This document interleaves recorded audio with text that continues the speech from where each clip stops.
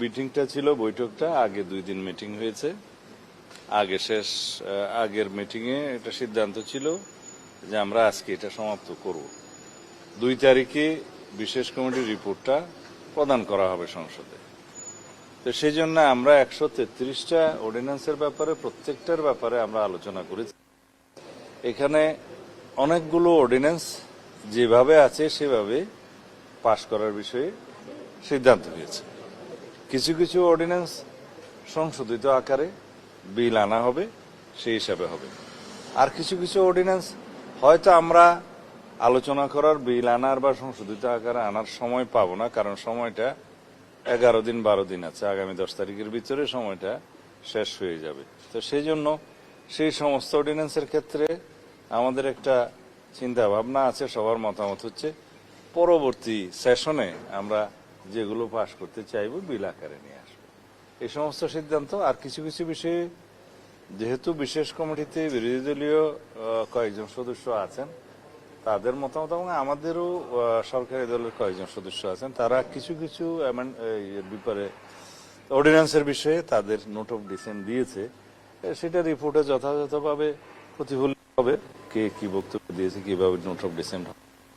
তবে আমরা আমাদের একটা মতামত এইভাবে বলতে পারি যে বিল আকারে যখন এগুলো উত্থাপিত হবে, বিভিন্ন মন্ত্রণালয়ের মন্ত্রীগণ উপস্থাপন করবেন, তারপরে বিল অনুমোদন হোক বা অননুমোদন হোক, সেটা তখন first reading, second reading, third reading এ আইন প্রণয়নের সময় সবাই যার যার বক্তব্য উপস্থাপন করতে পারবে।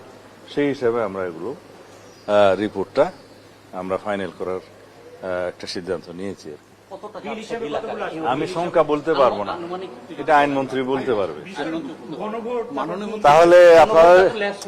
তাহলে সংখ্যাটা জানার জন্য 2 তারিখ পর্যন্ত একটু অপেক্ষা করুন।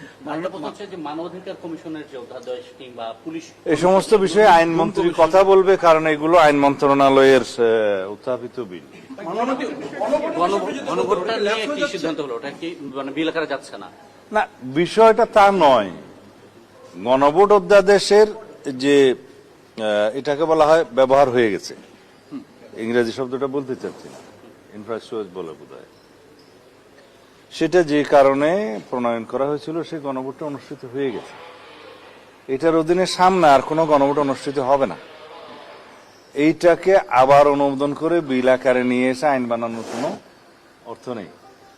কিন্তু এই গণভোট অধ্যাদেশটা যেভাবে ব্যবহৃত হয়েছে সেটাকে আমরা এইভাবেই উত্থাপন করেছি সংসদে, যে 93 আর্টিকেলের বলে যেটা অর্ডিন্যান্স হয়েছে, সেগুলো সংসদ অধিবেশন বসার দিনে আমরা এটা উত্থাপন করেছি। 30 দিনের ভিতরে অর্ডিন্যান্সগুলোর ভাগ্য নির্ধারণ হয়। কিন্তু এইটার ভাগ্য তো হয়ে গেছে, এই অর্ডিন্যান্স অনুসারে তো গণভোট অনুষ্ঠিত হয়ে গেছে। এখন এটার আর কোনো সামনের সাংবিধানিক হলো না সংবিধান বহির্ভূত হলো, এই ডিসিশনটা কে নেবে? না, এটা গণভোট অধ্যাদেশ যেটা হয়েছে, এটা একটা অধ্যাদেশ, এটা কোনো সংবিধানের অংশ ছিল না। সংবিধানে না থাকলেই যে গণভোট হবে না এরকম কোন সংবিধানে কিছু নাই। তো সুতরাং আইন প্রণয়ন হয়েছে অধ্যাদেশের আকারে একটা গণভোট অনুষ্ঠিত হওয়ার জন্য, তো সেটা করেছে। সেই অধ্যাদেশটার ব্যবহারও শেষ হয়েছে, এটার কেউ কোনো বিরোধিতা নাই। কিন্তু এই আইনটা আবার সংসদে ধারণ করে ভবিষ্যতের জন্য ব্যবহার করার কিছু নাই। আইনটাতে বলা আছে যে এই গণভোট হওয়ার পরে আইনটি অকার্যকর হবে, প্রত্যেকটা গণভোটে তাই হয়।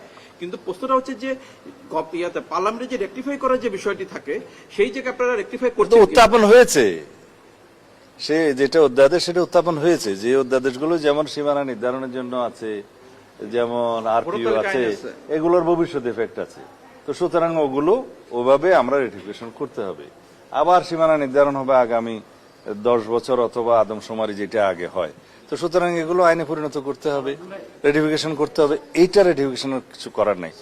মানে গণভোটে এটা রেটিফিকেশন হচ্ছে না, হয়তো পরবর্তী অধিবেশনের জন্য প্লেস করা হইতে পারে।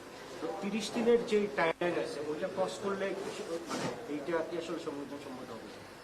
এটা কিভাবে 30 দিনের ভিতরে যে সমস্ত বিলগুলো, অর্ডিন্যান্সগুলো আনয়ন করা সম্ভব হবে না, সেগুলো অটোমেটিক ল্যাপস হয়ে যাবে। কিন্তু ওই কিছু কিছু অর্ডিন্যান্স আমাদেরকে আবার বিল আকারে নিয়ে আসতে হবে নেক্সট সেশন অথবা তারপরের সেশনে, যেগুলো আমরা আইন আকারে চাই।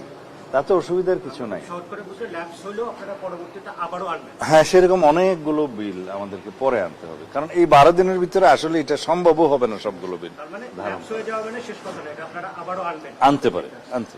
যে গণভোটটা হয়ে গেল সেটা কি আপনারা বৈধ বলছেন বা বৈধ বলা যাবে? গণভোট যে অধ্যাদেশের অধীনে গণভোট হয়েছে সেটা নিয়ে আমরা আলাপ আলোচনা করব। এখন সেটা বিল আকারে উত্থাপন হবে, তারপরে উত্থাপনের পরে একটা আলোচনা হবে, সেটা তো একটা বিষয়। কিন্তু এই গণভোটের অধ্যাদেশটা পার্লামেন্টে আমরা উত্থাপন করেছি, 93-র বাধ্যবাধকতা আছে, বাধ্যবাধকতা এটা এখানে শেষ। এইটার সাথে অন্য কিছুর আর কোনো অসুবিধা নেই, এটা ব্যবহার হয়ে গেছে।